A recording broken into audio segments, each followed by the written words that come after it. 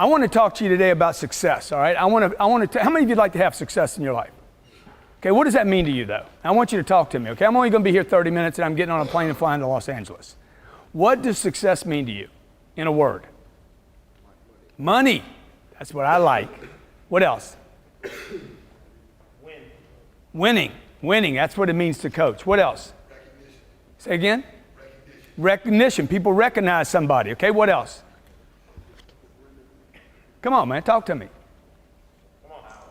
Power. Oh, I like some power, dog. Okay, what else? Huh? Respect. Okay, what else? Happiness. Okay, what else? How about a hot chick? Could it mean that? Could it mean that?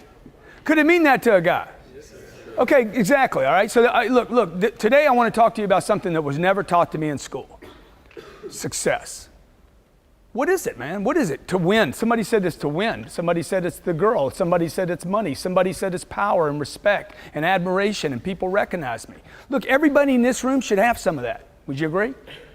You're going to either go get it or somebody else is going to go get it. This is how this thing plays out, okay? It will have nothing to do with your grades.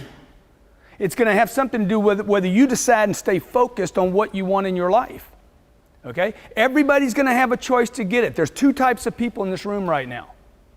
And that's it. There's two types of people. People that are going to get what they want and the life they want, and people that don't. Two types of people, folks. People that get the life they want, and everybody else. Okay? What group you want to be in? Okay? Two types of groups. What are they? Get the life they want, and everybody else. My little girl, she's 3 years old. She wanted a piece of gum this morning on my way to work. She's like, Papa, I want some gum. I'm like, baby, you don't get gum until you eat your breakfast. Now, you know that. She's like, that's not fair. I said, life is not fair. Life is bad for too many people, good for a bunch of people, and great for this many. Which one you want? Because it's not fair. How many agree life is not fair? How many see bad things happen to good people? Happens all the time, okay? So I want to talk to you about what is success. For me, success is defined because all of you said money, the girl, the house, the career, respect, admiration. For me, money is defined as the gap. It's the gap. The difference between where I am right now and where I want to be. It's the potential, my potential, to get to the next level, okay? How many believe you have a greater potential than what you're using right now? So I don't know how old I look to you. It's curious to me. I wonder what age do y'all think I am? 45. Okay, what else? The hell? What's wrong with you laughing at me, huh?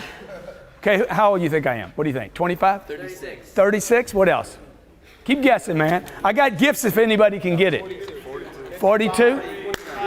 38. Okay. You know what?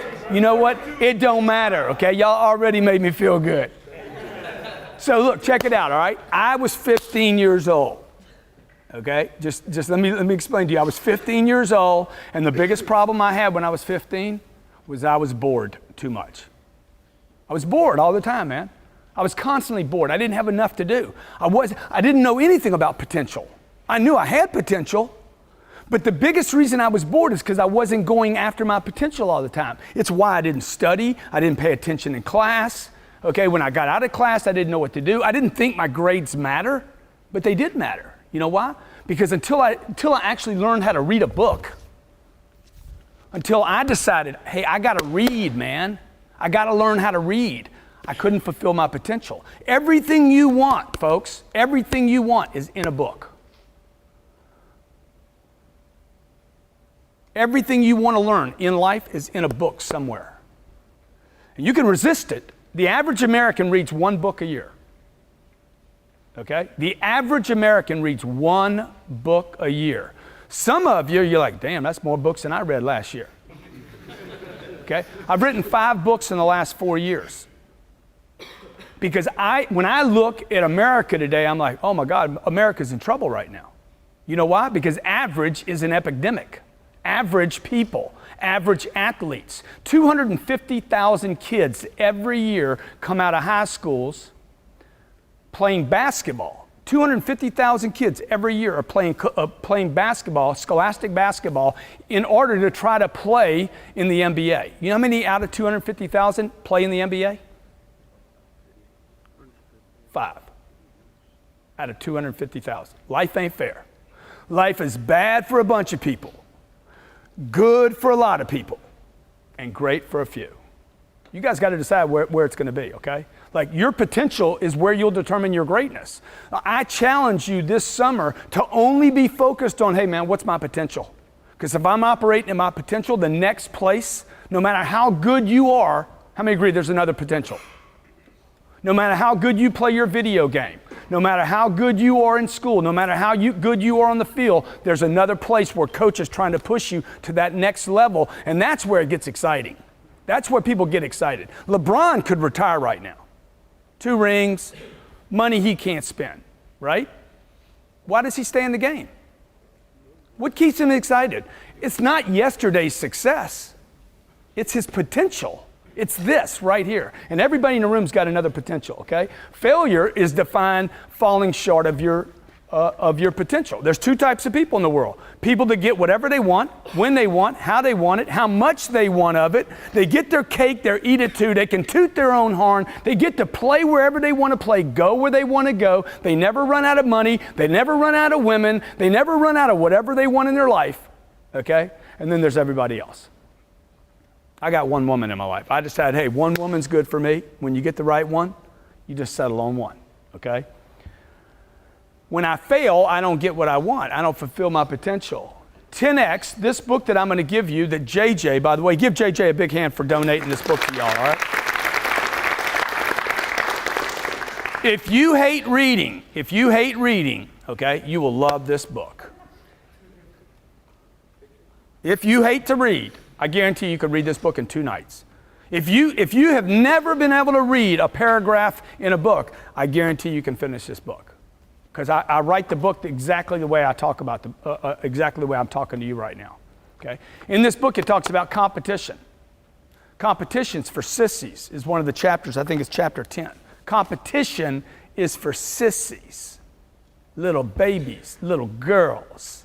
Okay? Competition is for losers. You don't want to compete, folks. You want to dominate your space. I want to dominate space. I want to walk into a space and own it, not compete with somebody else. I don't want Rocco's game to determine how good my game is, right? Because that's a little reactive. If his game's good, my game gets better. Sounds like it's good, right? Oh, that's good, man. He pushes you. Competition pushes you. But what if his game's no good today? Then what does that do? Does that cause me to back off? Could, right? All of a sudden his game gets better and I get better. I'm waiting. It's reactive. Okay? I want to dominate. I want to make a decision when I'm walking into a space to always go for my potential no matter what. 2 types of people. Those that get what they want in life and everybody else. This book is going to show you exactly how to be that first type of people, to get what you want in life, when you want it, how much you want of it, whether it's money. How many of you like to have money? Money's a good thing. It's not a bad thing. People are going to tell you it's a bad thing. Okay? You want your own money or your dad's money? I want my own money, man. I don't want to have to check with him. Hey, can you give me a little bit? Okay? Right? Can you give me, hey, can I have some money? It doesn't have to be like that, okay? Look, there's people walking out of high schools right now saying, hey, I'm going to go get my piece. And you guys have an opportunity right now to learn it in the auditorium, to learn it on the playing field every day, to build that discipline to say, hey, I'm going to get what I want. Don't wait until you're 25 or 35 or 45 years old. Start building that discipline right now to get what you want, because there's 7 billion other people on this planet trying to get it, trying to get this thing called success. See, most people think success is a straight line. I'm going to get out of high school, I'm going to get a job, and everything's going to be fine. That's not how it plays out, folks, okay? This is how it plays out. Guy decides he wants something, and the line gets all squiggly. See, that's really what success looks like. What this guy did over here was he persisted. This guy's in a fantasy. This is a fantasy. It's not how it works, okay? See, right now, a guy decides over the summer, hey man, I'm gonna get this job this summer, and I'm gonna make some money this summer. And then he gets distracted by the first squiggly. I don't know what he's doing. He's squiggling off. because he's not focused on his success. He squiggles. You ever use this term, squiggle? Yeah, man, I'm doing a squiggle. You know, I'm going to go out and hang out with the guys this weekend. It's a squiggle. It's off path, off purpose, off potential. And so he ends up in a bunch of loops over here. Most people get stuck in loops. I did it. When I got out of high school, I was in a lot of trouble. Didn't have any focus. Wasn't fulfilling my potential. Was distracted. Didn't have a coach. Didn't have an older brother. Didn't have a father. Lost. What am I doing? Okay, don't know where I'm going. I know I got this potential. It's sitting there inside of me. It's a little candle burning. I know it's there. I hadn't quite put it out when I was 20 years old. But it was low. Any of you ever been there? What am I doing every day, man? Why am I getting up every day? Why am I going to school? I didn't even know why I was going to school. I was just going to school. I was just doing school. I didn't even want to go to school. See, I'm squiggling around, okay? If you persist and stay focused and surround yourself with other people that persist and stay focused, who knows, maybe you'll come out the other end. Two types of people, what are they? People that get what they want, have the life they want, and everybody else, okay? So look, here's the 4 degrees of action. This is what I'm going to challenge you to do this summer. Number 1, do nothing. Everybody in the room's done that before. How many in the room have done nothing before? Okay? You think you have. Actually, number 1 doesn't exist. Number 2 is to retreat.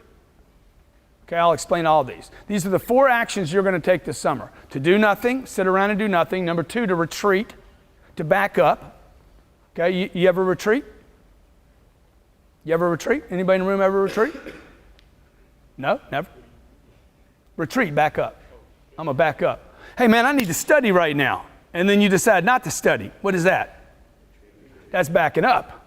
That's retreating. Okay? You do that all the time? Okay? Hey man, I'm going to help my mom out. I'm going to help my mom out, man. Oh, no, I ain't. I'm going to help my little brother out. No, I'm not. You're going to retreat. That's an action. Backing up is an action. Number 3 is normal. Normal levels of activity. People just do what is ever expected of them, normal. I'm going to show up for class. I'm going to sit in class for 50 minutes. I'm going to act like I'm paying attention. But hey, come on, let's keep it real. I'm squiggling. I'm squiggling in the classroom. I'm over here, I'm over there, I'm over there. I'm not learning, I'm not reading, I'm not studying, I'm not preparing. I'm on a squiggle, serious squiggle. How many have been on a serious squiggle doing normal? The whole world's doing number 3. And number 4 is massive levels of activity. Massive, tremendous amounts of activity is where success lives, okay? Which one of those 4 do you think is the most dangerous? Huh? Number 4. He thinks number 4 is dangerous. I like that, dude.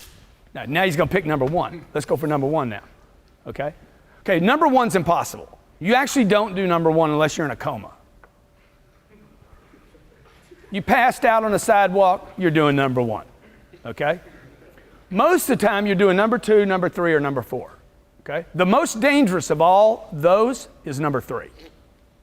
Normal levels of activity. You showed up for practice, and you just did the practice, okay? Number 2, people do constantly, particularly in schools.